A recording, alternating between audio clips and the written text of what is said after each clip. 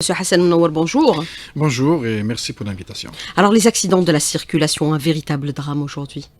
Oui, c'est une hécatombe qui continue toujours à endeuiller les familles algériennes et même toute la société algérienne. Ça continue d'année en année, on a toujours les mêmes chiffres alarmants, hein. On ressent et on sent parfois que ça ne diminue pas du tout, malgré tous les efforts, malgré toutes les campagnes de sensibilisation, malgré aussi tous les dispositifs, malgré les grands ouvrages qui ont été réalisés en termes de route et en termes d'ouvrages d'art. Et on continue malheureusement donc à être endeuillé chaque jour et chaque jour. Le drame, c'est que parfois c'est des accidents qui mènent des vies en gros, si je peux dire ça, parce que c'est les poids lourds, c'est les autocars, c'est les bus.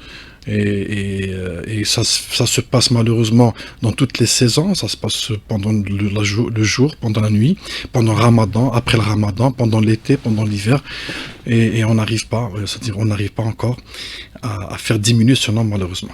Alors justement, une situation dramatique, une situation aussi qui vous interpelle également, Monsieur Hassan Mnawar, puisqu'en 2020, vous avez remis à la présidence de la République un recueil de propositions pour réduire ce drame qui endeuille annuellement des milliers de familles, plus de 3000 annuellement. Parmi les propositions, revoir l'âge minimum pour l'obtention du permis de conduire, c'est important. Oui, c'est très important. De toute manière, on avait déjà remis auparavant plusieurs fois des recueils de propositions et des recommandations sereines au pouvoir public, notamment c'était en 2016 et en 2018 au ministre des Transports de cette période, et après en 2020 c'était à la présidence, et chaque année donc on se regroupait avec des experts, avec beaucoup de personnalités qui s'y connaissent dans le domaine, pour étudier le phénomène, pour connaître de près les causes de ces accidents, parce qu'il fallait d'abord, avant d'élaborer un recueil de recommandations, il fallait d'abord connaître les vraies raisons. Et pour nous, les grandes raisons, c'était d'abord le manque de formation, donc la jeunesse, donc un grand nombre d'accidents étaient causés par des jeunes, des très jeunes, mais aussi par les poids lourds et les transports en commun. Donc notre recueil portait beaucoup plus des recommandations pour arrêter ce drame et de faire réduire les accidents causés justement par ces franges de la société et cette frange des conducteurs. Mais pourquoi les jeunes particulièrement, Monsieur Hassan Mnawar, et pourquoi revoir l'âge minimum, puisque l'âge minimum, il est à partir de 18 ans et avec dérogation à partir de l'âge de 16 ans, parce que les jeunes sont impliqués, si on se réfère bien sûr aux chiffres communiqués par les services de sécurité en charge de la prévention routière, à raison de 30% des accidents de la circulation qui s'avèrent parfois très mortels. Vous savez que si on revient 20 ans auparavant, un jeune de 18 ans était responsable, on pouvait même le marier. C'est chose qui pourrait jamais se faire maintenant.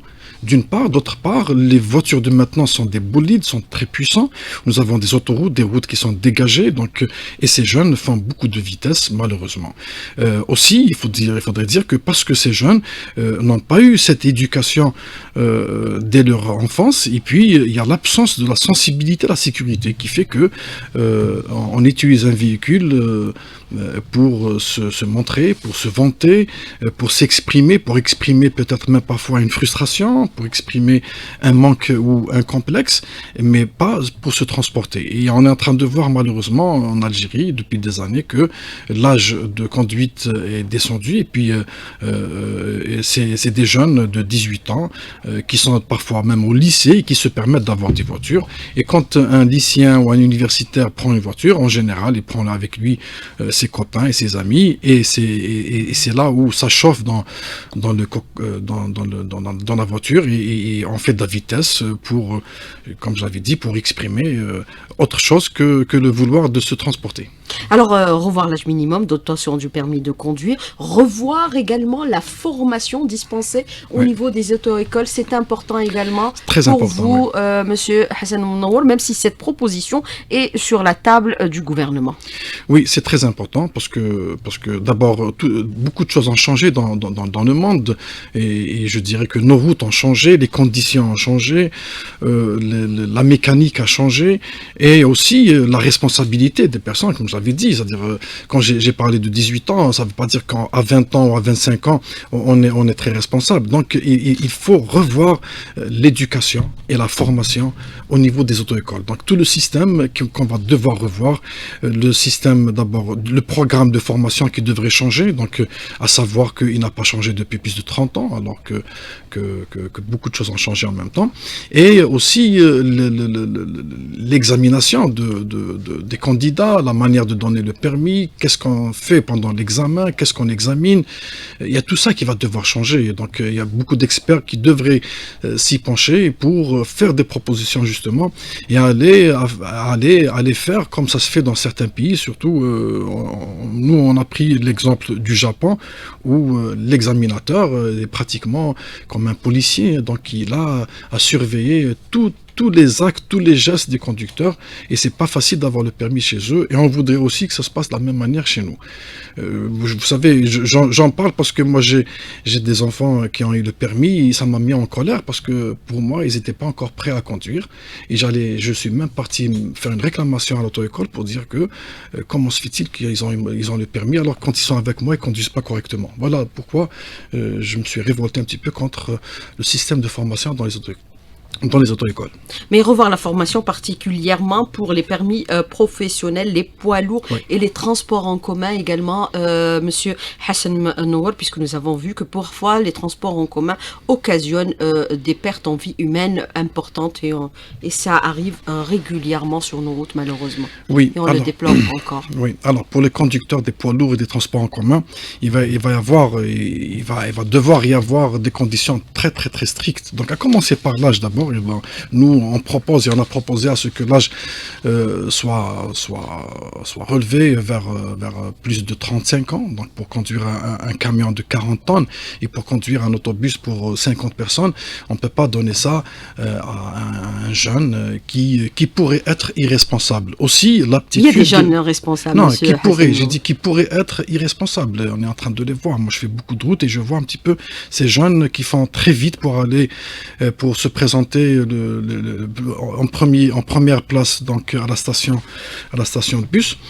Et il y a aussi l'aptitude physique et mentale qu'il va falloir revoir. Donc il doit y avoir des examens médicaux, des certificats médicaux de spécialistes en médecin physique, donc ophtalmologue, voir le diabète, voir l'hypertension, mais aussi un expert en psychiatrie pour dire que cette personne est capable de conduire un camion de 40 tonnes ou plus, ou bien un autobus de 50 personnes, il est transporté avec de bonnes aptitudes mentales.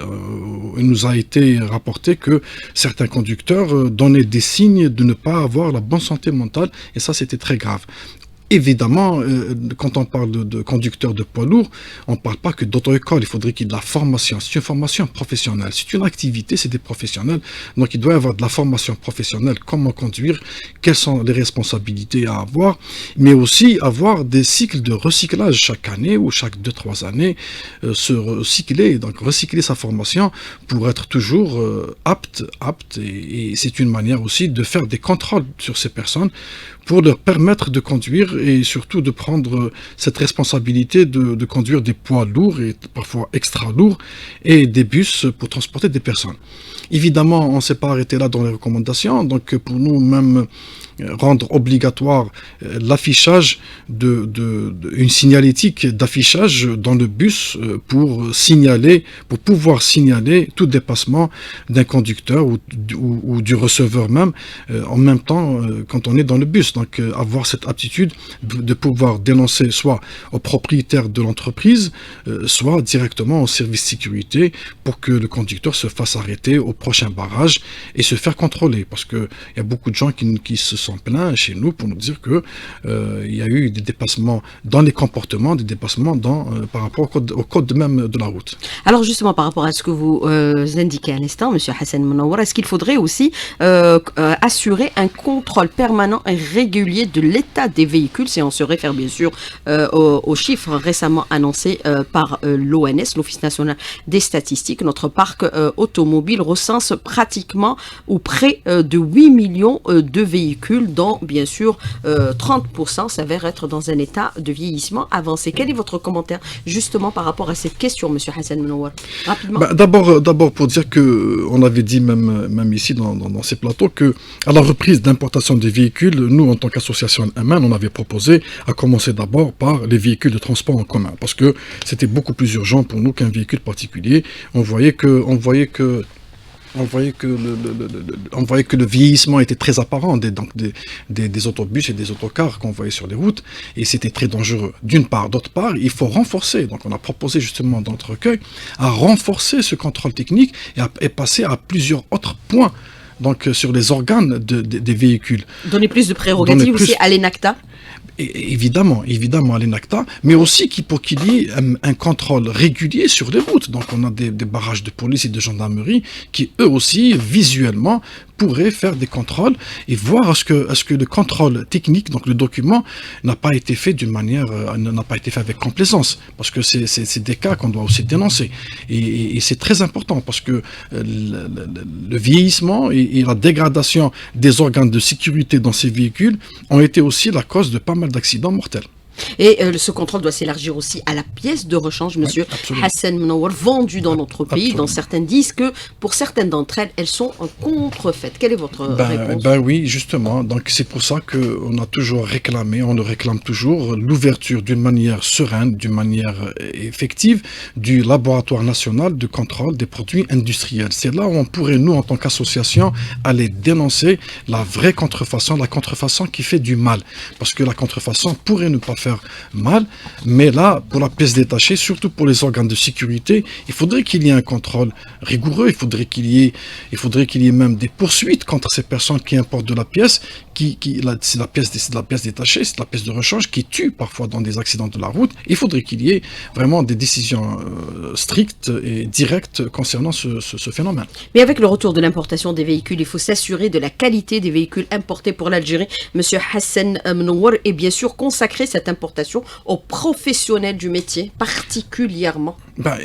Apparemment, le cahier des charges qui a été élaboré pour libérer l'importation des véhicules a été apporté justement plusieurs points dans ce sens pour assurer la sécurité des véhicules. Il faut veiller à son strict respect. Absolument, parce que c'est pour cela qu'il va falloir qu'il y ait encore des contrôles réguliers. Donc on ne va pas compter sur un contrôle d'un prototype, mais il faudrait de temps à autre prendre un véhicule et faire le crash test. Et c'est là, on va encore parler de ce laboratoire des produits industriels. C'est le crash test comme ça se fait dans le monde entier. De temps en temps, on prend un véhicule comme ça. Même nous, en tant qu'association des consommateurs, on va devoir avoir cette aptitude et cette possibilité de choisir un véhicule et de le prendre au laboratoire aux frais du concessionnaire ou du constructeur pour faire des essais de crash test. Et c'est là on va déterminer que les organes sont convenables, que le véhicule il est apte à circuler sur nos routes, apte à prendre des personnes, que ce soit un véhicule particulier, un véhicule poids lourd ou même autocar ou autobus. Avec 4 airbags essentiellement, pas les deux devant. C'est le minimum 4 airbags. Et c'est les aspects que nous aborderons encore une fois dans la deuxième partie de l'invité de la rédaction, où 5 minutes seront également consacrées aux questions des auditeurs qui nous contacteront sur notre page Facebook invité de la rédaction. Monsieur Hassan Menouar, merci. Restez avec nous, on revient dans un tout petit moment. À tout de suite. Alors, monsieur Hassan Menouar, je voudrais revenir avec vous sur plusieurs aspects sur cette question qui est extrêmement importante et éminemment dangereuse, puisque nous avons vu que le nombre de décès atteint pratiquement les 4000 morts annuellement sur nos routes, ou parfois même se rapproche de ce chiffre-là, mais jamais moins. Il faut accélérer aujourd'hui également la révision du code de la route, puisqu'on a vu que certain nombre de mesures vont être introduites. Il faut aussi parallèlement associer la société civile impérativement. Oui, c'est très important, évidemment. Donc, le rôle de sensibilisation, c'est la société civile. Oui. Il y a un travail de sensibilisation, mais il y a aussi un travail à faire sur le terrain. Donc, la révision du code de la route fait aussi partie de la réforme du système de formation des candidats à la conduite. Ça, c'est très, très important. Donc, il y a le programme, il y a aussi la manière d'élaborer ou de présenter ce programme ou de former ces candidats. Il y a aussi, on ne doit pas l'oublier, c'est l'état des routes. Donc, les routes aussi sont sont parfois et souvent responsables d'accidents mortels, surtout que maintenant on a des routes qui sont rapides. Donc quand on parle de route, on va parler d'abord du tracé de la route, est-ce qu'il est convenable, et puis après c'est les études. Notamment en période de pluie, comme ce matin par exemple. Oui, c'est les études de la route, donc comment étudier la courbe, la pente, la côte, l'élargissement, les ondes d'accélération. Les virages. Oui, voilà. Et puis aussi l'éclairage. L'éclairage, oui, ça fait partie aussi. Donc il y a aussi la manière de réaliser cette route, le contrôle qui se fait sur cette route pour la réaliser d'une manière convenable, les matériaux à utiliser pour cette route, pour que ça se dégrade pas rapidement et que ça cause pas des accidents. On est en train de voir notre autoroute, comment qu'il y a tous ces trous là qu'on est en train de voir, c'est des trous qui causent toujours des accidents. Parce que éviter un trou ou un nid de poule, c'est faire une manœuvre dangereuse sur une autoroute où on est à 120. Et parfois ils sont pas visibles quand il pleut. Absolument, d'accord, voilà, c'est ça. Et puis ça se répète, c'est partout maintenant, d'est en ouest, on retrouve le même phénomène. Donc ça aussi, il faudrait prendre en charge tout ça, c'est des points noirs qu'on va devoir régler rapidement, et d'une manière très sérieuse et très efficace, parce que on a vu des réparations et quelques jours après, ça se dégrade encore. Et il y a aussi la signalisation, qu'elle soit verticale ou horizontale. Donc une autoroute, c'est pas simple. Donc prendre une autoroute, c'est avoir toute l'information. Quand on est à 120 à l'heure minimum, on doit être informé de tout ce qui arrive, tout ce qui se passe sur cette route. L'autoroute devrait aussi être clôturée. On ne devrait pas laisser les gens vendre des pommes de terre et des oranges au bord de l'autoroute. Et on devrait interdire les arrêts qui sont injustifiés. On devrait interdire la traversée de l'autoroute et d'une manière assez sérieuse. Mais il faudrait réorganiser aussi la conduite des deux roues, monsieur Hassan Menouar, puisque nous avons vu aujourd'hui, non seulement ils ne portent pas les casques de sécurité, mais parfois ils peuvent aussi être à l'origine de certains accidents de la circulation, comme par exemple les dépassements dangereux. Oui. Ils vous klaxonnent pour, bien sûr, vous presser de leur céder le passage. Oui, non, mais pour nous, en tant qu'association Aman, les services de sécurité doivent sévir contre je dirais, c'est pas pour attaquer les jeunes, mais ces jeunes qui sont irresponsables sur des motos. On connaît des jeunes qui vont travailler avec sa moto et avec leur moto parce qu'ils n'ont pas d'autres moyens de transport. Et puis, pour nous, ça devrait être un moyen de transport alternatif. On a beaucoup d'embouteillages et nous avons, comme dans tous les pays, la moto, les deux roues, même le vélo devrait être un moyen de transport. Mais malheureusement, on a une catégorie de jeunes qui conduisent sans aucune responsabilité, qui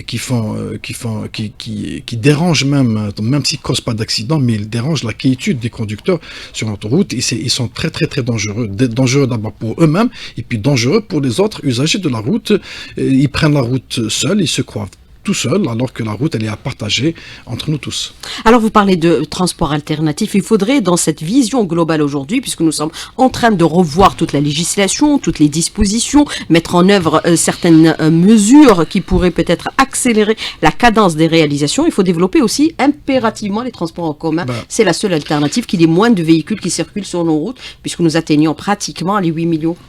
C'est notre 15e recommandation. Recourir au tramway, métro, c'est notre 15e. C'est notre 15e recommandation. De banlieue. Oui, c'est notre 15e recommandation. D'ailleurs, je vais la lire entièrement. C'est investir dans les transports hors route, à savoir le train, l'avion, la réduction du trafic et sur les routes, et systématiquement le nombre d'accidents. Donc, nous avons un grand pays qu'on va devoir assumer avec des alternatives autres que le pneumatique sur la route. Donc on a le train qu'on va devoir développer. Le train de banlieue. C'est entamé. Il y a beaucoup de projets qui sont en vue, mais on doit accélérer leur réalisation. Il n'est pas normal qu'on soit obligé de prendre la voiture pour partir à Béchar ou à Darar ou à Djilfa, et on devrait le faire par train, comme ça se fait dans les pays développés. Aussi l'avion, il faudrait rendre l'avion accessible au maximum des citoyens algériens. Donc avec ça, donc on va réduire toute cette circulation sur les routes, et on va réduire évidemment systématiquement transport aérien interwilaya. Oui, interwilaya bien sûr, et on va réduire avec ça les accidents, et pourquoi pas aussi le transport maritime entre les wilayas entre les villes côtières. Donc on a quand même plus de 1500 km de côte qu'on va cabotage. Oui, le cabotage qui va réduire l'utilisation de la route. Et puis aussi on l'a essayé pendant l'été, ça avait bien marché à un moment donné. Oui, il y a aussi notre proposition, c'est de réduire la circulation des poids lourds. Donc, comme ça se fait en Allemagne, où les poids lourds, transport de matériaux de construction, est interdite pendant les week-ends. Laisser les familles sortir d'une manière plus à l'aise et aussi se permettre aux conducteurs de se reposer. Parce que aussi dans les recommandations, on avait parlé du repos des conducteurs. Donc, il faudrait réglementer les heures de travail, rendre obligatoire le doubleur dans un camion. Limiter donc le temps de conduite, introduire le mouchard, donc le mouchard électronique dans les camions.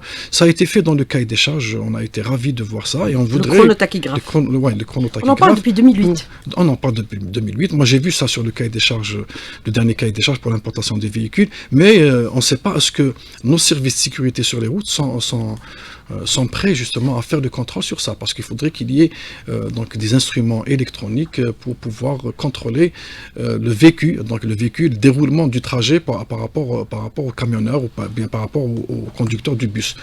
Tout ça devrait aussi nous mener à ce que les transporteurs créent des entreprises. On voudrait avoir affaire à des entreprises de transport, mais pas à des individuels, parce que quand on a une entreprise, il va y avoir de l'autocontrôle, il va y avoir de la gestion, il va y avoir du management, il va y avoir le contrôle interne. Donc on aurait affaire, même nous en tant qu'association, à des responsables d'entreprise, mais pas à des conducteurs individuels qui font comme ils veulent, ils font le beau temps, la pluie, comme ils veulent.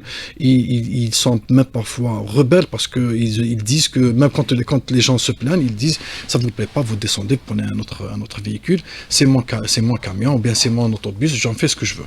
Alors justement, aujourd'hui, le monde il est en train de se développer à une vitesse grand V et on n'arrêtera pas et on ne stoppera pas bien sûr cette évolution technologique. On voit aussi l'émergence de certains moyens de transport comme par exemple les transports VTC. Est-ce que pour ces VTC, il faut être titulaire de permis de conduire professionnel également, puisque à la fois, on assure le transport d'individus. Monsieur Hassan Menouar, il faut être extrêmement rigoureux sur cette question également.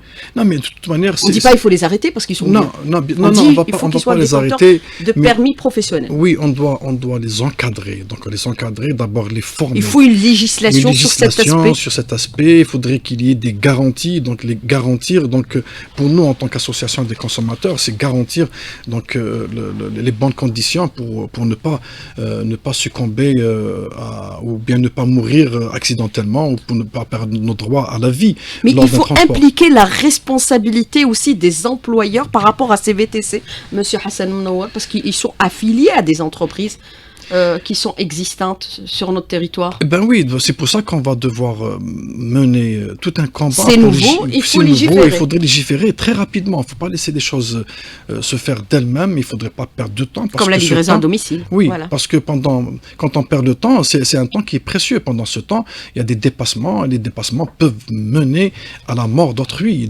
Et c'est pour ça qu'on dit, si on met un dispositif sur place pour le faire fonctionner, il faudrait en même temps et très rapidement organiser des réunions, installer des commissions avec des délais très très réduits pour légiférer, pour mettre en place un dispositif réglementaire pour contrôler ces professionnels, je dirais. Voilà, ils pourraient être professionnels s'ils sont bien formés, s'ils sont encadrés. Alors pour la livraison à domicile avec les 2 roues, même principe, il faudrait impliquer la responsabilité des employeurs également. Monsieur Hassan Menouar. C'est pour ça que je parle de société. Il faut revoir tout le cahier de charge. Tout le cahier des charges, c'est des sociétés avec un minimum de véhicules ou de motos. Donc, pour que ce ne soit pas à la portée de n'importe qui, il faudrait qu'il y ait de la formation, qu'il y ait des certificats d'aptitude, il faudrait qu'il y ait un contrôle régulier, un contrôle interne, un contrôle externe. Il faudrait qu'il y ait donc des poursuites contre des employeurs qui ne respectent pas la loi, qui ne respectent pas les droits des autres, des consommateurs qui ne respectent pas les droits du travail. Installer les GPS pour contrôler les GPS, justement, voilà, la vitesse. Absolument, c'est la même chose. Non, même le temps de conduite, le temps de travail, parce que c'est quand on emploie des personnes à travailler 12 heures d'affilée, parce qu'on voudrait faire l'économie de recruter encore plus, et ben, ces personnes-là, ces patrons-là, il faudrait les poursuivre, il faudrait les sanctionner, parce que la fatigue d'un conducteur cause évidemment des problèmes de santé pour ce conducteur, mais causerait aussi des accidents mortels.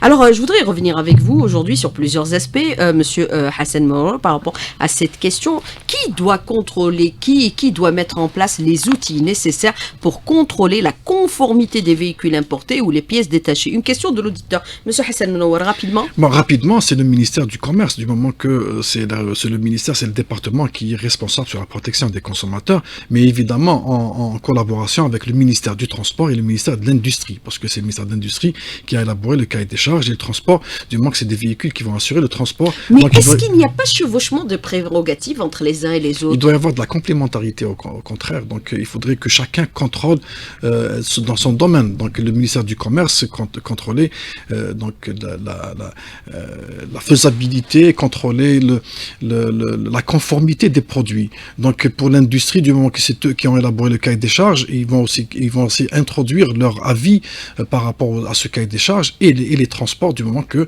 c'est des véhicules de transport. Donc eux aussi, ils ont des compétences pour savoir ce qu'il faut et ce qu'il ne faut pas mettre sur nos routes. Alors, autre question, aujourd'hui, est-ce qu'il faudrait accélérer la mise en place d'une nouvelle législation, puisqu'on prévoit aujourd'hui, par exemple, le renforcement des mesures répressives à l'égard des contrevenants au code de la route, mais est-ce suffisant, Monsieur Hassan Menwar? Est-ce que c'est suffisant de renforcer aujourd'hui cette législation? Non, ce n'est jamais suffisant. Donc, on avait toujours dit, donc ça a été cité même dans notre recueil, il faut commencer par l'éducation dans les écoles. Il faudrait d'abord qu'il y ait des cours permanents. Donc, c'est pas seulement une campagne de sensibilisation. Un cours destiné à la prévention routière au niveau de l'école. Absolument, exactement. Comment traverser aussi la route. Comment partager la route, parce que chez nous, malheureusement, on ne partage pas la route. Celui qui prend la route, il croit prendre la route pour lui-même, il ne sait pas qu'il doit partager la route. Et ça doit s'apprendre à l'éducation. Il ne s'arrête même pas au niveau des passages protégés. Donc là, c'est pour les enfants, pour les personnes adultes. Oui, donc on est obligé de courir. C'est l'éducation. Les gens qui ont un permis de conduire, qui conduisent bien et qui stationnent n'importe comment sur la route, ça, c'est un problème d'éducation. Je suis désolé de le dire, mais c'est un problème d'éducation. Donc, on doit revoir l'éducation. Les gens qui ne respectent pas la priorité, qui n'ont pas ce minimum de courtoisie dans la route, je dirais même aller au sourire, parce que pour détendre les atmosphères sur la route, et ça, c'est l'éducation. Donc, commencez par l'éducation à l'école et à bas âge. En parler dans les mosquées, c'est très important, parce que c'est un canal de sensibilisation et c'est un travail qui devrait être à l'année, pas conjoncturel. Les médias, évidemment, il y a beaucoup de travail à faire sur ça. Et évidemment, la répression. La répression, mais une répression correcte, une répression qui mène vers la protection des vies humaines. Si on parle de radar, nous, on est pour le retour des radars, mais un radar pour faire diminuer les accidents. Le radar devrait être installé au niveau des points noirs pour faire réduire la vitesse. Moi, si je sais qu'il y a un radar sur un tronçon ou derrière un virage, je vais réduire ma vitesse, mais pas les radars d'embuscade ou juste pour attraper des conducteurs. Parfois, un conducteur, il est bien, mais juste il a dépassé de 5 km, on lui ôte son permis. Mais un conducteur qui n'est pas bien, il connaît bien la route, il peut faire des infractions sans être attrapé. Et donc, vous avez certains conducteurs qui vous font des appels de phare pour vous alerter sur l'existence d'un radar à proximité. Alors, mettre en place une gestion intelligente aussi de la circulation routière, c'est important. Très important. Monsieur Hassan Menwar, parce qu'on est en retard dans ce domaine-là. Très important. On a eu personnellement, moi j'ai eu personnellement. On a sollicité même des étrangers, mais ça n'a pas donné des résultats escomptés. On a eu des séances de travail avec des professionnels qui ont des propositions magnifiques concernant la gestion des transports et la gestion de la circulation. Les startups qui pourraient s'impliquer directement. Qui pourraient diminuer, nos jeunes start-upers. Qui pourrait diminuer d'une manière importante le nombre d'accidents et même désengorger nos routes. C'est des propositions qui ont été faites par eux-mêmes, donc ces investisseurs, je dirais, ces startups, au niveau du ministère des Transports, et on attend ces bonnes nouvelles, les bonnes nouvelles ou bien la bonne nouvelle de voir ces projets pris en charge et lancés donc, sur le terrain, sur la réalité. C'est très important parce que la circulation ne fait qu'augmenter, on est en train d'importer encore des véhicules, nos routes s'avèrent insuffisantes et on est obligé d'aller vers une gestion intelligente de la circulation. Autre chose, on avait proposé, mais pas dans ce contexte, c'est de revoir même les horaires de travail pour diminuer la circulation. La circulation est aussi une cause d'accident. Quand on passe 2 heures sur une route dans un embouteillage, après on essaie de rattraper le temps, et rattraper le temps, c'est faire de la vitesse, c'est de se mettre et de mettre les autres en danger. Donc pour nous, diminuer la circulation, c'est très important. Utiliser tous les moyens, donc ouvrir de nouvelles voies, revoir les emplois du temps, du travail des écoles et des commerçants. Et c'est pas normal que tout le monde commence à 8 heures et que tout le monde termine à 16 heures. Donc c'est ce qui fait que le matin on a des embouteillages et le soir aussi. Donc il y a tout ça qu'il va falloir mettre en œuvre et c'est pour ça qu'on a appelé le président de la République à prendre des mesures très, très directes, très strictes et très urgentes pour arrêter le drame des accidents. Parce que on va encore le redire, il y a quand même plus de 4000 décès, donc c'est des dizaines de milliers de familles qui sont endeuillées chaque année et d'une manière atroce parfois. Sans parler bien sûr des effets aussi néfastes de ces accidents, la paralysie parfois de certaines personnes qui perdent leur mobilité. Alors vous avez cette question de l'auditeur qui vous dit aussi il y a le problème du manque de panneaux de signalisation et les feux de circulation pour la régulation du trafic au niveau de nos routes. C'est la gestion intelligente. Oui, on en a parlé. Donc c'est la signalisation, qu'elle soit verticale ou horizontale. Donc verticale, c'est ça. Donc c'est aller vers des panneaux électroniques qui nous donnent l'information qu'il faut pour ce jour, pour ce moment, à un moment T bien précis. Quand il pleut, il doit y avoir une signalisation pour donner de l'information sur donc dans le contexte de ce moment T. Il y a aussi la signalisation horizontale. On est en train de voir que sur nos routes que le traçage de la voirie se fait avec des peintures qui ne sont pas conformes parce qu'elles s'effacent rapidement et elles n'aident pas le conducteur en nocturne. Donc ça disparaît rapidement. Ça disparaît rapidement et ça ne. C'est la raison pour laquelle on le fait tous les soirs pratiquement dans certains endroits. Oui, et quand on prend la route, surtout quand la route saharienne où il n'y a pas d'éclairage, on ne peut pas exiger qu'il y ait de l'éclairage sur les routes sahariennes, mais qu'il y ait au moins un traçage de la route qui aide le conducteur à garder sa trajectoire, à être au moins rassuré, à être tranquille, à voir la route. Ça c'est très important. Et parlons un traçage fluorescent pour qu'il apparaisse avec. Oui, parlant de la route saharienne, il y a aussi les chameaux malheureusement qui causent beaucoup d'accidents mortels.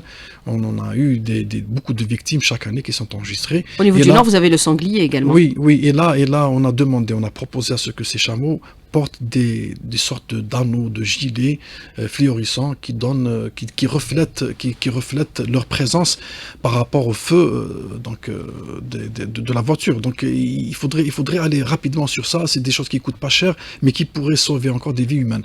Donc c'est très important la signalisation. Oui. Alors qui contrôle les stations de contrôle technique de véhicules et engins aujourd'hui? Y a-t-il des mesures qu'il va falloir envisager? Nous avons l'ENACTA, mais est-ce que l'ENACTA à elle seule suffit aujourd'hui, monsieur Hassan Menouar? Rapidement sur la question. Le département du ministère, c'est le ministère des Transports. Donc c'est eux qui donnent l'agrément, c'est eux qui doivent contrôler et c'est eux qui doivent veiller à la conformité d'abord des programmes, des programmes de contrôle et aussi du cahier des charges, qui pourrait ouvrir un centre de contrôle technique, qui ne pourrait pas, et ça doit changer. D'ailleurs, on a signalé le problème qu'on ait le même programme de contrôle depuis des années. Et ça devrait changer parce que la mécanique a changé, l'électronique a changé, on a plus de vieillissement de pièces de rechange, nos routes aussi ont changé. Donc aussi, le programme de contrôle devrait s'améliorer, devrait s'actualiser.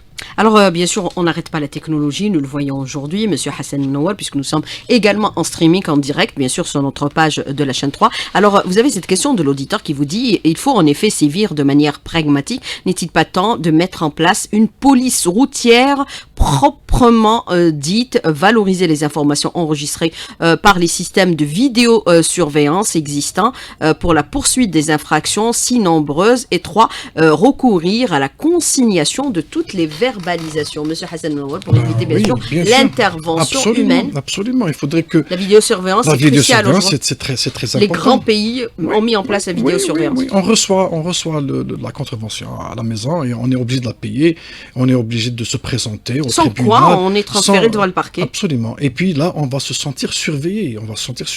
D'ailleurs, même je reviens aux autobus, on a proposé à ce qu'il y ait des caméras dans l'autobus pour surveiller le conducteur, pour surveiller ses comportements. Ça se fait ailleurs. Et on devrait aussi le faire. Les caméras sont installées normalement. Vous savez, quand on laisse importer un autobus ou un autocar à plus de 20 millions de dinars, ça ne coûterait rien de faire ajouter ces options dans le cahier des charges. Il faudrait rendre tout ça obligatoire. Donc j'avais parlé du mouchard électronique. électronique, de la caméra de surveillance, de la signalétique pour chaque conducteur pour qu'il puisse, avec les moyens TIC, dénoncer ça instantanément sur place. Vous imaginez, vous êtes dans un bus, il y a le conducteur qui fait des comportements anormaux. Sur place, je donne ma position, je donne le numéro du bus et au prochain barrage, normalement, il est arrêté parce que l'information, elle est arrivée au point de contrôle. Donc les conducteurs avec ça, ils vont se sentir surveillés, ils vont faire très attention et on aura, Inch'Allah, moins d'accidents. Alors, autre question de l'auditeur qui vous dit, est-ce qu'il faudrait impérativement, bien sûr avec cette numérisation, mettre en place le fichier national des contrevenants au code de la route, notamment pour les multirécidivistes? C'est le permis à point d'abord. Il faudrait que le permis à point... On n'en parle plus maintenant. On n'en parle plus. À un moment donné, c'était à la mode et maintenant on en parle. On attend vivement ce permis à point, mais on attend pour qu'il soit d'abord numérique, biométrique, pour qu'il soit utile, pour qu'il soit un moyen je dirais, de recenser, un moyen d'identifier, un moyen de pister, de suivre, de tracer, de rassurer la traçabilité d'un conducteur là où il est. Et à chaque fois qu'il est arrêté par un policier ou un gendarme, sur place, il va connaître l'état, enfin le CV, je dirais, le CV ou le casier judiciaire de ce conducteur, comment il s'est comporté sur les routes depuis son jeune âge. Ça, c'est très important. Et vous savez, quand le conducteur, il y a aussi l'effet psychologique. Quand le conducteur, il sait qu'il porte un permis à point qui va permettre donc à l'agent de sécurité de la sécurité routière de savoir et de quand tout ce qu'il fait. Il pourra pas mentir, il pourra pas lui dire que c'est pas moi, que j'ai rien fait, je suis pas habitué. Donc tout va se faire savoir sur permis à point et il fera beaucoup plus attention. Alors vous avez ce commentaire de l'auditeur qui vous dit on conduit comme on se conduit. Il faut aussi mettre en place par exemple des panneaux de signalisation qui indiquent par exemple les stations de bus. Souvent on les connaît pas, on les reconnaît pas. Oui. C'est pour ça qu'il va falloir... Il n'y a pas de luminosité pour indiquer que c'est une station de bus ou station de taxi, par exemple. Oui, ça rentre dans la signalisation. Prévoir les voies pour les bus, les taxis et les motocycles. Oui, comme ça se fait ailleurs. Même le vélo, même le vélo à sa piste. Oui, même au niveau de l'autoroute. Les pistes, Donc, la bicyclette. C'est là où on appelle à ce que tout le monde y participe. Donc, à commencer, même, on implique aussi même les services des APC, donc il y a aussi un travail à faire, qui doivent aussi se former à comment je dirais faire un aménagement pour un arrêt de bus, comment faire réaliser un ralentisseur. C'est très important aussi parce que parfois c'est ces aménagements qui causent des accidents de la route. Quelle est la largeur d'une route nationale, la largeur d'une route... C'est des ralentisseurs anarchiques par moment, c'est les habitants qui les installent. C'est pas normal, on ne doit pas agir sur une voie publique de cette manière. Donc il y a des normes. Les normes, elles existent. Un ralentisseur doit avoir une longueur de plus de 4 mètres, une hauteur qui ne dépasse pas les 12 cm. Donc, on est en train de voir de n'importe quoi sur nos routes et partout. Parfois, même c'est réalisé en béton alors que c'est interdit. Donc, et là, où sont ces services, justement? Et même l'appel est fait aussi aux services de sécurité routière, donc gendarmerie et police, à dénoncer tout ça aussi. Donc, comme on sanctionne un conducteur, un mauvais conducteur qui fait des fausses manœuvres, mais aussi, on doit aussi poursuivre un responsable qui cause un accident parce qu'il n'a pas réparé un trou, un nid de poule, il a réalisé un dodan, si on peut appeler ça comme ça, d'une manière anarchique, il n'a pas réalisé convenablement la route, il n'a pas réalisé de trottoir. Donc tout ça, il doit y avoir, donc tout le monde devrait assumer leurs responsabilités. Alors avec bien sûr la réalisation de nouvelles villes au niveau de notre pays, elles sont nombreuses à travers tout le territoire national, il faut prévoir tous ces aspects pour ne pas retomber dans les travers que nous connaissons aujourd'hui, puisque nos villes, c'est un héritage colonial, les routes sont exiguës. Il faut prévoir des accès, bien sûr, et des voies pour les bus, pour également les taxis ou les motocyclettes, et même les bicyclettes éventuellement. Monsieur Hassan Mnowar, puisque nous avons vu que parfois, on traverse même les voies ferrées. Récemment, la voie d'Alger, le train qui traversait la nuit, sont bien sûr signalisation. Heureusement que c'était la nuit. Pour nous, en tant qu'association d'Aman, on voudrait profiter de ces 10 nouvelles wilayas. Il y a 10 nouvelles wilayas qui sont créées et on voudrait au moins qu'il y ait une ou deux wilayas qui devraient être pilotes dans la smart mobility. Donc, les smart villes. Les smart villes, les smart mobility, c'est-à-dire on va pas assurer. Le transport, il devrait être maintenant faire partie de la gestion intelligente des villes. Et on voudrait qu'une ou deux de ces wilayas, et c'est un appel qui est lancé au pouvoir public pour pour organiser donc une ou deux nouvelles wilayas pour qu'elles soient pilotes dans ce domaine. Du moment qu'il est un peu difficile d'intervenir dans les anciens tissus, mais les nouvelles villes et les nouvelles wilayas devraient être dotées de systèmes intelligents pour la gestion de la circulation et prévenir les accidents de la route. Alors, l'auditeur qui vous dit qu'il faut renforcer le contrôle de la gendarmerie et de la police, même si la gendarmerie et la police, ils ont d'autres missions que la circulation routière. Il faudrait mettre en place les moyens technologiques et ce sur quoi sont en train de travailler actuellement la DGSN. Je voudrais revenir avec vous sur cette autre question qui vous dit aujourd'hui, un peu de pluie et le tram est à l'arrêt, le métro également. Vous trouvez que c'est normal, monsieur Hassan Menouar, rapidement sur la question? C'est pas normal. Ça, il nous reste pas de temps. Ça, c'est les malfaçons lors de la réalisation qui font. Il faut revoir tout ça. Il faudrait revoir tout ça. Il faudrait recalculer tout ça. Donc, on ne réalise pas des ouvrages à des milliards de dinars pour qu'à la fin on puisse pas les utiliser parce qu'il pleut. Là, c'est un manque qu'on va devoir réparer. Monsieur Hassan Menouar, merci d'avoir répondu à nos questions, d'avoir été en direct avec nous ce matin dans le studio. Merci beaucoup. Bonne journée, à bientôt et bon week-end à tout le monde.